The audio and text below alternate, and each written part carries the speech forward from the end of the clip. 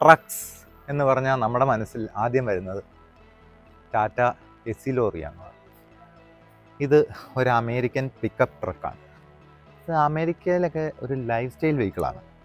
ശ്രദ്ധിക്കേണ്ട ഒരു കാര്യം എന്ന് പറഞ്ഞു കഴിഞ്ഞാൽ അമേരിക്കയിലുള്ള ലേഡീസ് അവരൊരു ഒന്നുകൂടെ സെക്യൂർഡ് ആയിട്ടുള്ളൊരു വെഹിക്കിളാണ് ഇങ്ങനത്തെ ട്രക്സിനെ കൺസിഡർ ചെയ്യുന്നത്. നമ്മുടെ നാട്ടിൽ ആ ഒരു ലൈഫ് സ്റ്റൈൽ പിക്കപ്പ്സ് പോപ്പുലറായി വരുന്നതേ ഉള്ളൂ, വളരെ നേസൻ സ്റ്റേജിലാണ്. ഒരു ഇൻ്റർനാഷണൽ പിക്കപ്പ് ലോഞ്ച് ചെയ്ത് ഇസുസു ഡി-മാക്സ് വി-ക്രോസ് ആണ്. അത് കഴിഞ്ഞ് ഹൈലക്സ് വന്നു ടൊയോട്ടയുടെ. ഇപ്പോഴും ഓവർ പ്രൈസ്ഡ് ആയതുകൊണ്ട് തന്നെ അതൊരു മാസ് മാർക്കറ്റ് പ്രൊഡക്റ്റ് അല്ല. പക്ഷേ വർഷങ്ങൾക്ക് മുമ്പ് തന്നെ ഷെവർലെ ഫോർഡ് മുതലായ അമേരിക്കൻ വെഹിക്കിൾസ് ഇങ്ങനെയുള്ള പിക്കപ്പ് ട്രക്സിൽ സ്പെഷ്യലൈസ് ചെയ്തതാണ്.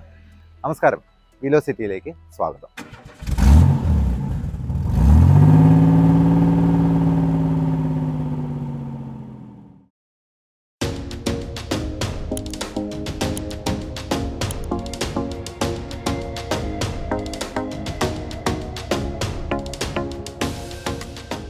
കപ്പാസിറ്റി അനുസരിച്ച് ഷെവർലെ സിൽവറാഡോ ബ്രോഡ്ലി മൂന്നായിട്ടാണ് കാറ്റഗറൈസ് ചെയ്തിരിക്കുന്നത്. Silverado 1500, Silverado 2500, Silverado 3500. നമ്മൾ ഈ കാണുന്നത് സിൽവറാഡോ 1500 ആണ്. ഇത് റെപ്രസെൻ്റ് ചെയ്യുന്നത് ഒരു 1/2 ടൺ കപ്പാസിറ്റി ഉള്ള പിക്കപ്പാണ്. പിന്നെ 2500 എന്ന് പറഞ്ഞാൽ 3/4 ടൺ 3/4 ടൺ കപ്പാസിറ്റി ഉള്ള വണ്ടിയും 3500 എന്ന് പറയുന്നത് 1 ടൺ കപ്പാസിറ്റി ഉള്ളതാണ്. ഈ 3500 എന്ന് പറയുന്ന വെഹിക്കിളിന് 6 വീൽസ് വരുന്നതാണ്. പുറയിൽ 4 വീൽസ് പ്ലസ് ഫ്രണ്ടിൽ 2 വീൽസ്.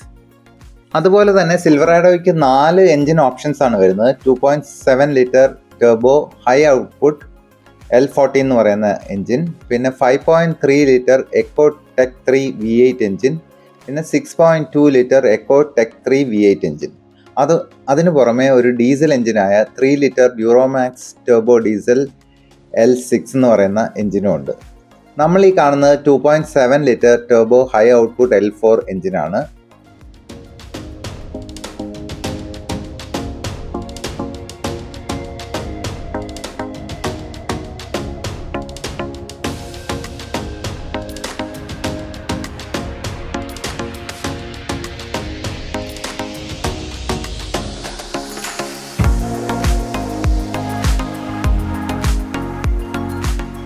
വണ്ടി നമ്മൾ മോഡിഫൈ ചെയ്യുന്നോർത്ത് ഡെസേർട്ടിൽ കൊണ്ടുപോയിട്ട് മറിക്കാൻ താല്പര്യമില്ല.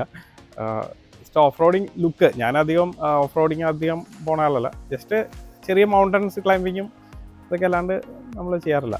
പിന്നെ അതിനുള്ള ഏറ്റവും ബെസ്റ്റ് ലാൻഡ് ക്രൂസർ തന്നെയാണ്. ഡെസേർട്ടിൽ പോകണമെങ്കിൽ ഏറ്റവും കംഫർട്ടബിൾ സ്റ്റോക്ക് ലാൻഡ് ക്രൂസർ, ഏറ്റവും പെർഫോമൻസ് ലാൻഡ് ക്രൂസർ തന്നെയാണ് ഡെസേർട്ടിൽ. ഇത് ഓവർ സൈസ് വണ്ടിയാണ്. ഇതിൻ്റെ വിഷയം എന്ന് വെച്ചാൽ ഡ്യൂൺസിൽ കയറി കഴിയുമ്പോൾ സ്റ്റക്കാവും.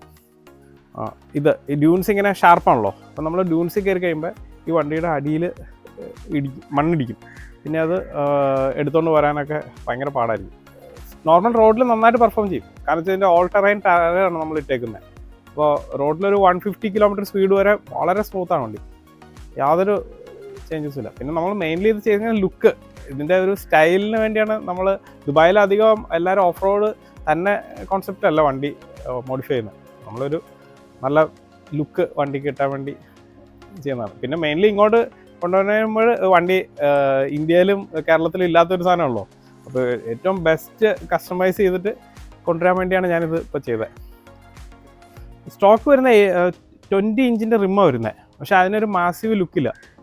റിമ്മ് വലുതാണെന്ന് ഓർത്ത് വണ്ടിക്ക് ഒരു ലുക്ക് കിട്ടത്തില്ലല്ലോ.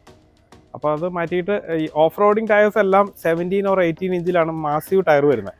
20 ഇഞ്ചിൽ മാസീവ് ടയർ കിട്ടത്തില്ല. അതിൻ്റെ ടയറിൻ്റെ വിഡ്ത്ത് നമുക്ക് ഇത്രയും കിട്ടത്തില്ല.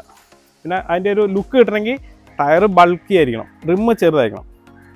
അപ്പോൾ നമ്മൾ ഏത് ഓഫ് റോഡിങ് വണ്ടി നോക്കിയാലും ഈവൻ 16 ഇഞ്ച് 17 ഇഞ്ചിലാണ് ഏറ്റവും മാസീവ് ടയേഴ്സ് നമുക്ക് അവൈലബിൾ മാർക്കറ്റിൽ.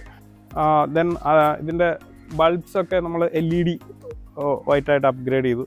ഇതിന് അമേരിക്കയിൽ നിന്ന് വരുന്നത് എല്ലാം യെല്ലോ കളറ്, മറ്റേ ഇതില്ലേ റെഗുലർ വാം വൈറ്റാണ് വരുന്നത്. കുറച്ചുകൂടി ലുക്ക് കിട്ടാൻ വേണ്ടി ലൈറ്റ്സ് ചെയ്തു. പിന്നെ പെയിൻറ്റഡ്, വേറെ ഒത്തിരി മോഡിഫിക്കേഷനൊന്നും ചെയ്തിട്ടില്ല. ലിഫ്റ്റ് ചെയ്യാണ് മെയിൻലി, ലിഫ്റ്റ് ടയർ, വേറെ ആക്കിയെല്ലാം സ്റ്റോക്ക് കണ്ടീഷൻ തന്നെ ചെയ്തേക്കണം. ഈ വീഡിയോ എല്ലാവർക്കും ഇഷ്ടമായെന്ന് കരുതുന്നു. ഇഷ്ടമായാൽ ലൈക്ക് ചെയ്യുക, നിങ്ങളുടെ അഭിപ്രായങ്ങൾ കമൻറ്റ് ചെയ്യുക.